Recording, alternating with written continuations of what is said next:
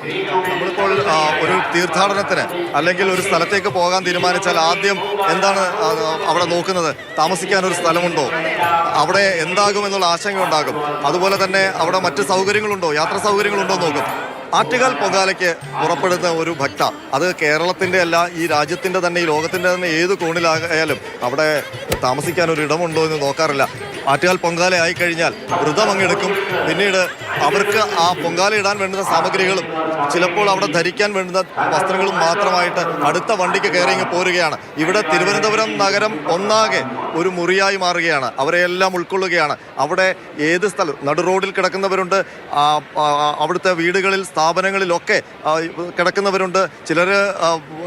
ചില സൗകര്യങ്ങൾ ഒരുക്കി കൊടുക്കുമ്പോൾ ചിലർക്ക് സൗകര്യങ്ങൾ ലഭിക്കും.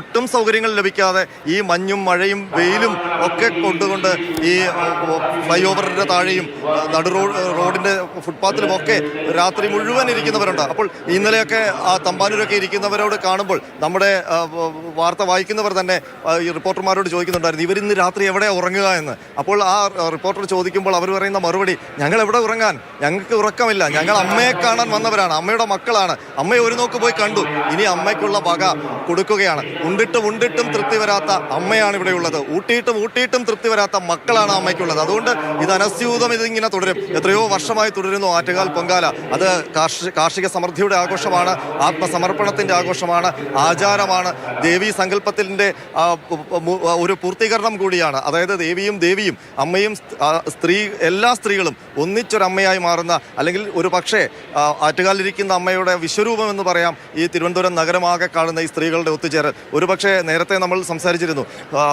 ഇവിടെ വരുന്ന സ്ത്രീകൾ അവരുടെ ഒരു 3 ദിവസം അല്ലെങ്കിൽ അവരിവിടെ ചെലവഴിക്കുന്ന 2 ദിവസം അത് അവരുടെ മാത്രം തീരുമാനവും അവരുടെ മാത്രം സ്വാതന്ത്ര്യവുമാണ്. ഇവിടെ എങ്ങനെ പെരുമാറണം, ഇവിടെ എവിടെ താമസിക്കണം, ഇവിടെ എങ്ങോട്ട് പോകണം, എപ്പോൾ ഭക്ഷണം കഴിക്കണം, ഇതെല്ലാം ഇവിടെ വരുന്ന അവർ തന്നെയാണ് തീരുമാനിക്കുന്നത്. സൗമ്യക്കത് നമ്മൾ സംസാരിച്ചിരുന്നു, നമ്മൾ ഇങ്ങോട്ട് വരും. തീർച്ചയായും അവർ ഒരു സർവ്വ സ്വാതന്ത്ര്യവും എടുത്ത എല്ലാ സ്ത്രീകളും അവരുടെ എല്ലാ മറ്റ് കെട്ടുപാടുകളെല്ലാം വിട്ട് അവർ വരികയാണ്, അവർ വന്ന് തീരുമാനിക്കുകയാണ്. അവർ ഈ പ്രദേശത്ത്, അതായത് ഈ സ്ത്രീകളെ ആരും കൊണ്ടുവന്ന് ഇവിടെ വെച്ചോളൂ, ഇവിടെ അടുപ്പ് കൂട്ടു എന്ന് പറയുകയല്ല.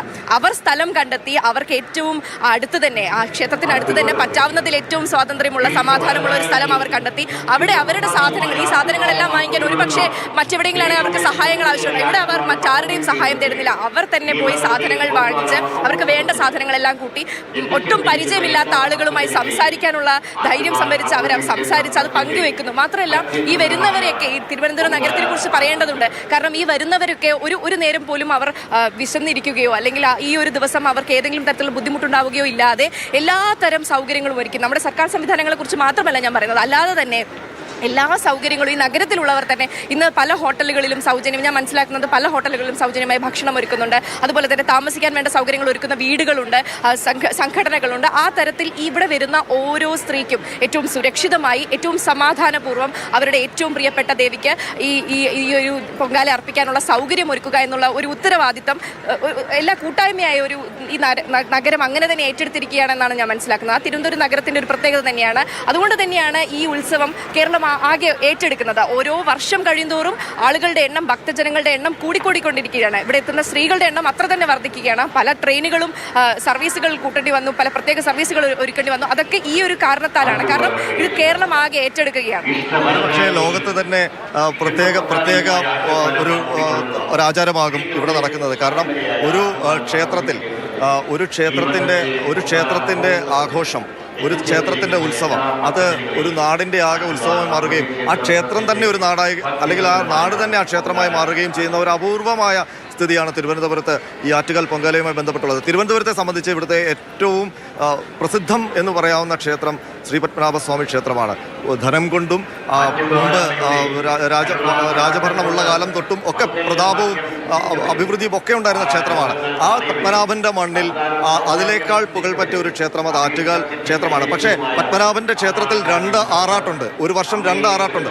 ആ ആറാട്ട് ഇങ്ങനെയല്ല, അത് ക്ഷേത്രത്തിലും ശംഖുമുഖത്ത് ആറാട്ട് കടവിലുമായിട്ട് അതങ്ങ് പരിമിതപ്പെടും. പക്ഷേ അങ്ങനെയല്ല ആറ്റുകാലമ്മ. പത്മനാഭന്റെ തിരുസന്നിധി കൂടി ചേർത്തുകൊണ്ടാണ് ആറ്റുകാലമ്മയുടെ പൊങ്കാല മഹോത്സവം നടക്കുന്നത്. ഇപ്പോൾ നോക്കൂ, ആ കിഴക്കേക്കോട്ടയിൽ ഇന്നലെ നമ്മൾ എത്തുമ്പോൾ കണ്ട കാഴ്ച, കിഴക്കേക്കോട്ടയുടെ അപ്പുറവും ഇപ്പുറവും, തിരുവനന്തപുരക്കാരുടെ ഭാഷയിൽ പറഞ്ഞാൽ ഈസ്റ്റ് ഫോർട്ടിലും കോട്ടയ്ക്കകത്തും തിങ്ങി ജനം. പത്മനാഭന്റെ തിരുനട മുതൽ കിഴക്കേക്കോട്ട വരെ തിങ്ങി അടുപ്പുകൾ, പടിഞ്ഞാറേക്കോട്ടയിൽ അടുപ്പുകൾ, അതിനിപ്പുറം വഞ്ചിയൂരിൽ അടുപ്പുകൾ, സ്റ്റാച്യുവിൽ അടുപ്പുകൾ, തമ്പാനൂരിൽ അടുപ്പുകൾ, ഇനി അങ്ങോട്ട് പാളയം വരെ അടുപ്പുകൾ. അവിടെയെല്ലാം എല്ലാ സജ്ജീകരണങ്ങളും ഒരുക്കി ഇനി എന്ത് വേണമെന്ന് ചോദിച്ചുകൊണ്ട് തിരുവനന്തപുരംകാർ ഇന്നലെ കണ്ടു മണക്കാട് പള്ളിയിൽ. അവിടെ ഇത്തവണ ഒരു പ്രത്യേകതയുണ്ട്. ഇത്തവണ നോമ്പുകാലവും ആറ്റുകാൽ പൊങ്കാലയും ഒരുമിച്ച് വന്നിരിക്കുന്നു. ഇല്ലെങ്കിൽ മണക്കാട് പള്ളി ആകെ തന്നെ ആറ്റുകാൽ പൊങ്കാലയ്ക്ക് വരുന്നവരുടെ ഒരു വിശ്രമ സങ്കേതമായി മാറാറുണ്ട്. പക്ഷേ ഇത്തവണ വൈകുന്നേരം നോമ്പ് തുറ സമയമുണ്ട്, അവിടെ നോമ്പ് തുറക്കേണ്ടതുണ്ട്. അതുകൊണ്ട് അവർ മുകളിലത്തെ മുറി തുറന്നു കൊടുത്തു ആറ്റുകാൽ പൊങ്കാലയ്ക്ക് എത്തുന്നവർക്ക്.